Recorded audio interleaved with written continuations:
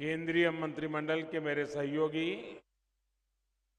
श्री अश्विनी वैष्णव जी, दर्शनाबेन जरदोश, गुजरात के मंत्रीगण, सांसद और विधायकगण और विशाल संख्या में आए हुए मेरे प्यारे भाई और बहनों, गुजरात के विकास के लिए, गुजरात की कनेक्टिविटी के लिए आज बहुत बड़ा दिन है। गुजरात के लाखों लोग जो एक बड़े क्षेत्र में ब्रॉडगेज लाइन ना होने की वजह से परेशान रहते थे, उन्हें आज से बहुत राहत मिलने जा रही है। अब से कुछ देर पहले मुझे असारवा रेलवे स्टेशन पर असारवा से उदयपुर जाने वाली ट्रेन को हरी झंडी दिखाने का अवसर मिला। लुणीधार से जेतलसर के बीच बड़ी लाइन पर चलने वाली ट्रेनों को भी आज हरी झंडी दिखाई गई है। साथियों, आज का ये आयोजन सिर्फ 2 रेलवे रूटों पर 2 ट्रेनों का चलना ही नहीं है। ये कितना बड़ा काम पूरा हुआ है, इसका अंदाजा बाहर के लोग आसानी से नहीं लगा सकते। दशकों बीत गए इस काम के पूरा होने का इंतजार करते करते, लेकिन ये काम पूरा करने का सौभाग्य भी मेरे ही खाते में लिखा हुआ था। साथियों, बिना ब्रॉडगेज की रेलवे लाइन एक अकेले टापू की तरह होती है, यानी बिना किसी से जुड़ी हुई। ये वैसी है जैसे बिना इंटरनेट का कंप्यूटर, बिना कनेक्शन का टीवी, बिना नेटवर्क का मोबाइल। इस रूट पर चलने वाली ट्रेनों देश के दूसरे राज्यों में नहीं जा सकती थी, ना ही दूसरे राज्यों की ट्रेनें यहां आ सकती थी। अब आज से इस पूरे रूट का कायाकल्प हो गया है। अब असारवा से हिम्मतनगर होते हुए उदयपुर तक मीटर गेज लाइन ब्रॉडगेज में बदल गई है। और आज हमारे इस कार्यक्रम में गुजरात के साथ साथ राजस्थान के लोग भी बहुत बड़ी संख्या में जुड़े हुए हैं। लुणीधार जेतलसर के बीच जो गेज परिवर्तन का काम हुआ है, वो भी इस क्षेत्र में रेलवे कनेक्टिविटी को आसान करेगा। यहां से निकली ट्रेनें देश के किसी भी हिस्से में जा सकेगी। साथियों, जब किसी रूट पर मीटर गेज की लाइन ब्रॉडगेज में बदलती है, तो अपने साथ अनेकों नई संभावनाएं लेकर आती है। असारवा से उदयपुर तक लगभग 300 किलोमीटर लंबी रेल लाइन, उसका ब्रॉडगेज में बदलना इसलिए भी बहुत महत्वपूर्ण है। इस रेलखंड के ब्रॉडगेज हो जाने से गुजरात और राजस्थान के आदिवासी क्षेत्र दिल्ली से जुड़ जाएंगे, उत्तर भारत से जुड़ जाएंगे। इस रेल लाइन के ब्रॉडगेज में बदलने के और उसके कारण अहमदाबाद दिल्ली के लिए एक वैकल्पिक रूट भी उपलब्ध हो गया है। इतना ही नहीं, अब कच्छ के पर्यटन स्थल और उदयपुर के पर्यटन स्थलों के बीच भी एक डायरेक्ट रेल कनेक्टिविटी स्थापित हो गई है। इससे कच्छ, उदयपुर, चित्तौड़गढ़ और नाथद्वारा के पर्यटन स्थलों को बहुत बढ़ावा मिलेगा। दिल्ली, मुंबई और अहमदाबाद जैसे बड़े औद्योगिक केंद्रों से सीधे जुड़ने का भी लाभ यहां के व्यापारियों को मिलेगा। विशेषकर हिम्मतनगर के टाइल्स उद्योग को तो बहुत मदद मिलने वाली है। इस प्रकार लुणीधार जेतलसर रेल लाइन के ब्रॉडगेज में बदलने से अब डसा जेतलसर खंड पूरी तरह से ब्रॉडगेज में परिवर्तित हो गया है। ये रेल लाइन बोटाद, अमरेली और राजकोट जिलों से होकर गुजरती है, जहां अब तक सीमित रेल कनेक्टिविटी रही है। इस लाइन का कार्य पूरा होने से अब भावनगर और अमरेली इस क्षेत्र के लोगों को सोमनाथ और पोरबंदर से सीधी कनेक्टिविटी का लाभ मिलने वाला है। और साथियों, इसका एक और लाभ होगा। इस रूट से भावनगर और सौराष्ट्र क्षेत्र के हमारे राजकोट, पोरबंदर और वेरावल ऐसे शहरों की दूरी भी कम हो गई। अभी भावनगर वेरावल की दूरी लगभग 470 किलोमीटर है, जिसमें 12 घंटे लगते हैं। ये ब्रॉडगेज का काम पूरा होने के बाद, नया रूट खुलने के बाद अब ये घटकर करीब 290 किलोमीटर से भी कम रह गई। इस वजह से यात्रा का समय भी 12 घंटे से घटकर 6.5 घंटे पे रह जाएगा। साथियों, नया रूट खुलने के बाद भावनगर पोरबंदर के बीच की दूरी करीब करीब 200 किलोमीटर और भावनगर राजकोट के बीच की दूरी करीब 30 किलोमीटर कम हो गई। यह रेल रूट इतना बिजी रहने वाले सुरेंद्रनगर, राजकोट, सोमनाथ, पोरबंदर मार्ग के बीच एक वैकल्पिक रूट के रूप में उपलब्ध हो गया है। ब्रॉडगेज रूट पर चलने वाली ट्रेनें गुजरात के औद्योगिक विकास को भी गति देगी, गुजरात में पर्यटन भी आसान बनाएगी और जो क्षेत्र देश से कटे हुए थे उन्हें पूरे देश से जोड़ देगी। आज राष्ट्रीय एकता दिवस के दिन इस परियोजना का लोकार्पण करना इसे और विशेष बना देता है। साथियों, जब डबल इंजन की सरकार काम करती है तो उसका असर सिर्फ डबल नहीं होता, बल्कि कई गुना ज्यादा होता है। यहां एक और एक मिलकर दो नहीं, बल्कि एक के बगल में एक 11 की शक्ति धारण कर लेते हैं। गुजरात में रेल इंफ्रास्ट्रक्चर का विकास भी इसका एक उदाहरण है।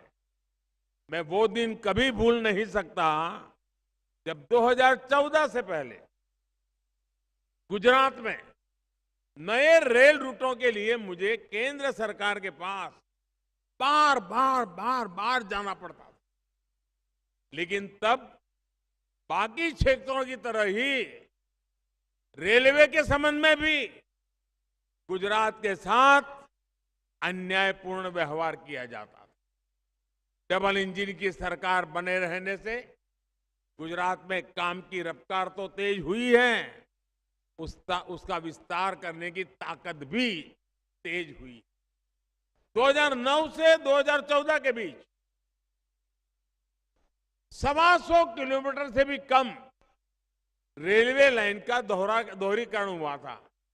2009 से 14 125 किलोमीटर से कम, जबकि 2014 और 2022 के बीच 550 से ज्यादा किलोमीटर रेलवे लाइन का डबलिंग, दोहरीकरण ये गुजरात में हुआ है। इसी तरह गुजरात में 2009 से 2014 के बीच करीब 60 किलोमीटर ट्रैक का ही बिजलीकरण हुआ था, जबकि 2014 से 2022 के बीच 1700 किलोमीटर से अधिक ट्रैक का बिजलीकरण किया जा चुका है। यानी डबल इंजन की सरकार ने पहले के मुकाबले कई गुना ज्यादा काम करके दिखाया है। और साथियों, हमने सिर्फ स्केल और स्पीड को ही बेहतर नहीं किया, बल्कि अनेक स्तरों पर सुधार किया है। ये सुधार क्वालिटी में हुआ है, सुविधा में हुआ है, सुरक्षा में हुआ है, स्वच्छता में हुआ है।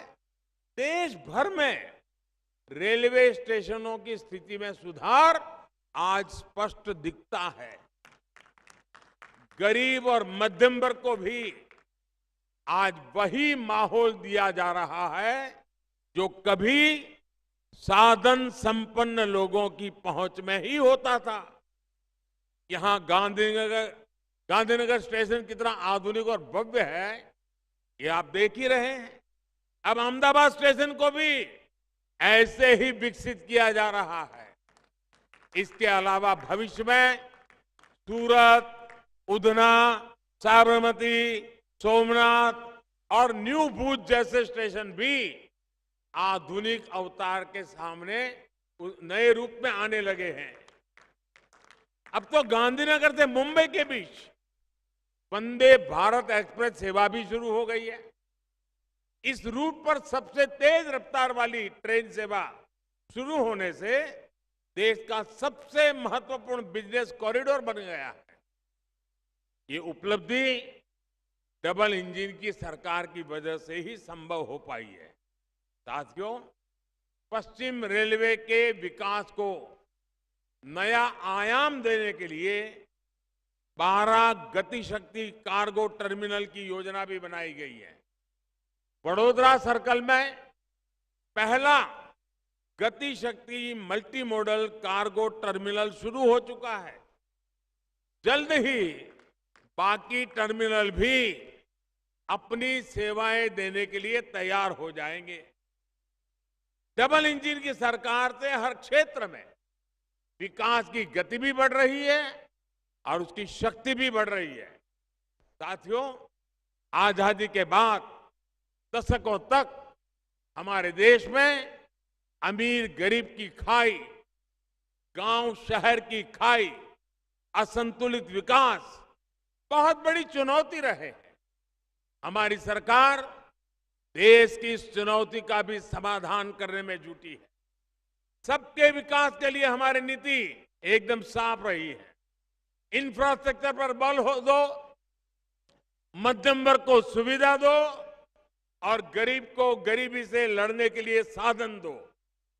विकास की यही परंपरा आज पूरे देश में स्थापित हो चुकी है।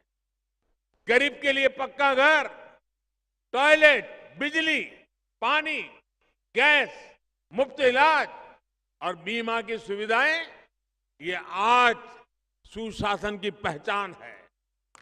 आज मेट्रो कनेक्टिविटी, इलेक्ट्रिक वाहन, सोलर पावर, सस्ता इंटरनेट, बेहतर सड़कें, एम्स, मेडिकल कॉलेज, आईआईटी, इस प्रकार का इंफ्रास्ट्रक्चर आज देशवासियों को नए अवसर दे रहा है। कोशिश यही है कि सामान्य परिवारों का जीवन कैसे आसान हो, आना जाना, व्यापार कारोबार करना सरल कैसे हो। भाइयों बहनों, देश में कनेक्टिविटी इंफ्रास्ट्रक्चर के विकास के लिए अप्रोच में बहुत बड़ा बदलाव आया है। अब सिर्फ ये नहीं है कि कहीं एक जगह सड़क बनी, कहीं दूसरी जगह रेल ट्रैक बिछ गया, कहीं तीसरी जगह एयरपोर्ट बन गया। अब कनेक्टिविटी का एक संपूर्ण सिस्टम तैयार किया जा रहा है। यानी यातायात के अलग अलग माध्यम एक दूसरे से भी कनेक्ट हो, ये सुनिश्चित किया जा रहा है।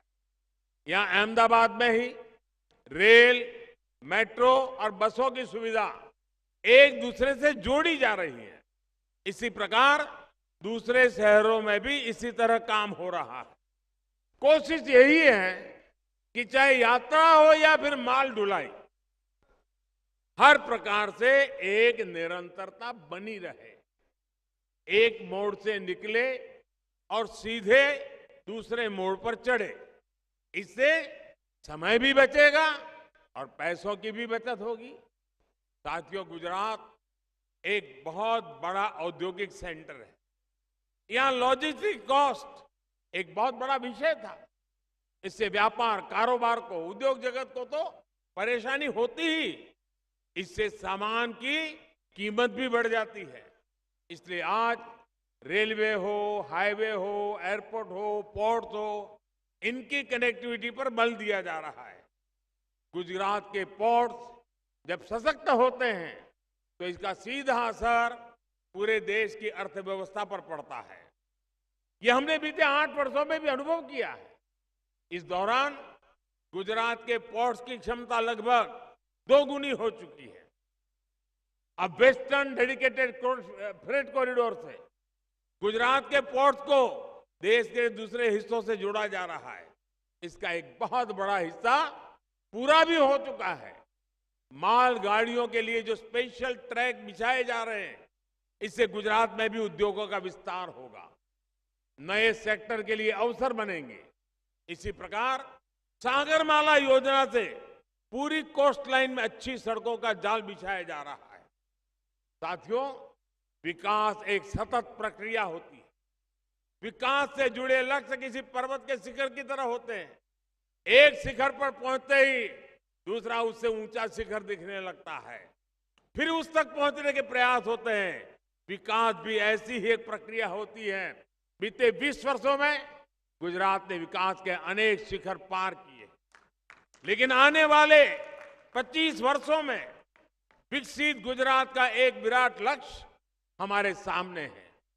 जिस प्रकार बीते 2 दशकों में हमने मिलकर सफलता हासिल की है, उसी प्रकार अमृत काल में भी एक एक गुजराती को जुटना है, एक एक गुजरातवासी को जुटना है। विकसित भारत के लिए विकसित गुजरात का निर्माण, यही हमारा ध्येय है। और हम सब जानते हैं, एक बार कोई गुजराती कुछ ठान ले तो उसे पूरा करके ही रुकता है। इसी संकल्प बोध के साथ, और मैं आज हैरान हूं, आज सरदार पटेल की जन्म जयंती है। देश के लिए गौरव की पल है। जिस महापुरुष ने हिंदुस्तान को जोड़ा, हिंदुस्तान को एक किया, आज उस एकता का लाभ हम ले रहे हैं। सरदार वल्लभ भाई पटेल देश के पहले गृह मंत्री थे।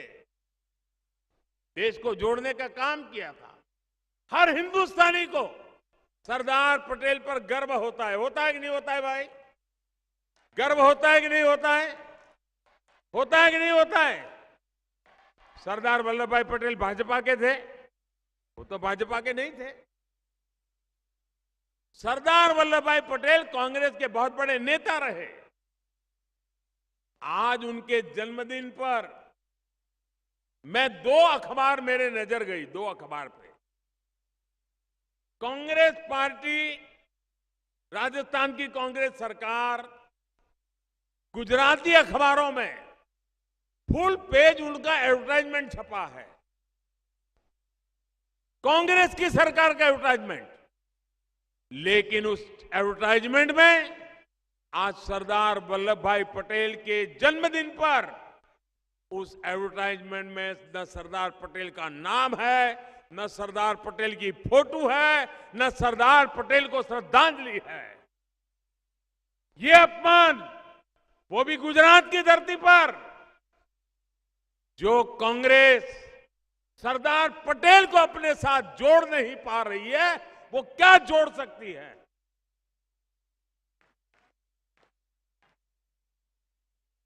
ये सरदार साहब का अपमान है, ये देश का अपमान है।